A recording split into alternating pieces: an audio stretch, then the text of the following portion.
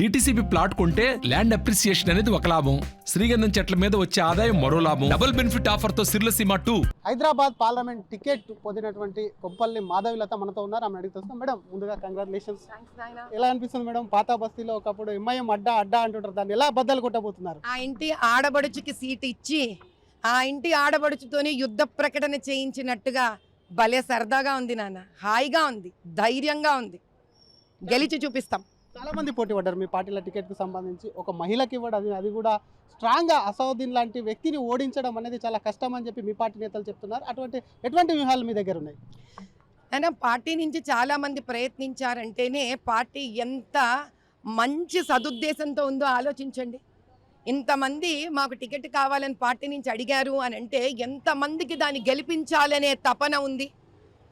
ఎవరో ఒకరికి రావాలి, నాకు కాకపోతే ఇంకోరికి, ఇంకోరు కాకపోతే ఇంకోరికి. కానీ ఇంతమంది తపన పడుతున్నారు అసదుద్దీన్ని ఓడించాలి అని అంటే మేమందరం కలిసిన నాడు ఏమవుతుంది? పిడికిలి కలిస్తే దేనైనా బద్దల కొట్టే శక్తి ఉంటుంది.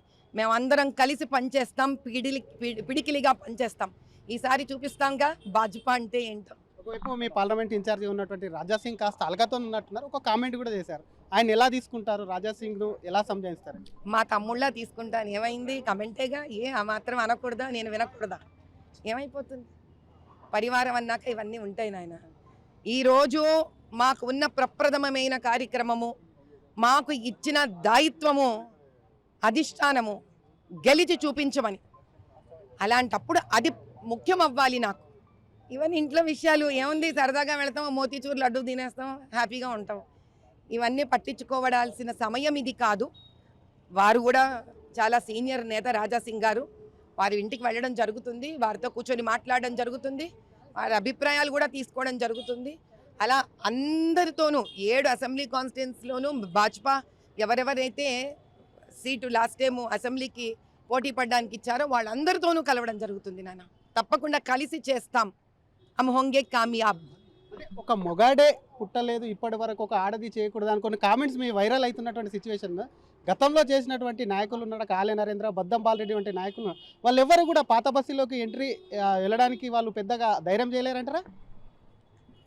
ఇవన్నీ ఎవరెవరు ఆలోచిస్తున్నారో వాళ్ళని ఆలోచించనివ్వండి నాయన. మనకి ఈ రోజు కామెంట్ చేస్తున్నటువంటి సిచ్యువేషన్ ఏం పర్లేదబ్బా, ఇట్స్ ఓకే. నేను పట్టించుకోను. ఇట్లాంటి నాకు ఇబ్బంది లేదు, చేసేవాళ్ళని చేయనివ్వండి. నాకు ఈరోజు కార్యక్రమాన్ని ఇచ్చారు, అందరితో కలిసి మెలిసి దాన్ని తీసుకొని ముందుకు వెళ్తాం. చివరిగా ఓల్డ్ సిటీ ఓటర్లకి, ముఖ్యంగా మైనార్టీ ఓట్లు, వాళ్ళకి ఏం చెప్తారు మీకు అసలు? अगर मुझे सारे माइनॉरिटी वोटर से बात करना है और उनके कुछ गुजारिश करना है तो सारे बहनों, मेरे मुसलमान के बहनों और मेरे माता, एक बात समझ लीजिए आप, ये मजहब की बात नहीं है, तरक्की की बात है. मैं आपके साथ हूँ. किसी की बेटी बनूंगी मैं, तो किसी की बहना बनूंगी मैं, तो किसी की माँ बन के ठहरूंगी मैं.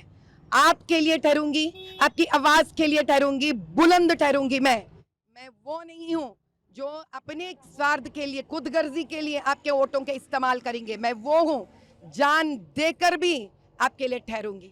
बस आगे बढ़िए और हिम्मत से अपना तकदीर बदलने की एक प्रयास कीजिए और भाजपा को वोट दीजिए और माधवी लता आपके घर की अपनी स्त्री को वोट दीजिए. ఇది అసలు మాధవిలత చెప్పేది ఒకటే, ముస్లిం ఓటర్లే కాకుండా అక్కడ ఖచ్చితంగా ఓవైసీ కోటల్ని బద్దలు కొట్టి కూడా ఖచ్చితంగా కూడా కాషాయ జెండా ఎగరవేస్తానని చెప్తున్నా. మరోపక్క రాజా సింగ్ కూడా ఒకవైపు తమ్ముడు లాంటి ఆయన అలక అనేది కూడా కామనే, పార్టీలో తమ్ముళ్ళ కలుపుకుంటూ తొందరలోనే రాజా సింగ్ ఇంటికి వెళ్ళి కూడా దీనికి సంబంధించి కూడా రాజా సింగ్తో కలిసి ముందుకు వెళ్తాం, అందరినీ కలుపుకుంటూ ముందుకు వెళ్ళి గెలిపే లక్ష్యంగా కూడా ఒకవైపు కూడా హైదరాబాద్ పార్లమెంట్లో పనిచేస్తామని చెప్పి కూడా మాధవిలత అంటున్నారు. కెమెరామ్యాన్ విజయ్తో శ్రీధర్, RTV హైదరాబాద్. మరిన్ని వీడియోస్ కోసం ఛానల్ ని సబ్స్క్రైబ్ చేయండి, లేటెస్ట్ అప్డేట్స్ కోసం వాట్సాప్ ఛానల్ ని ఫాలో చేయండి, అండ్ లింక్ డిస్క్రిప్షన్ లో ఉంది.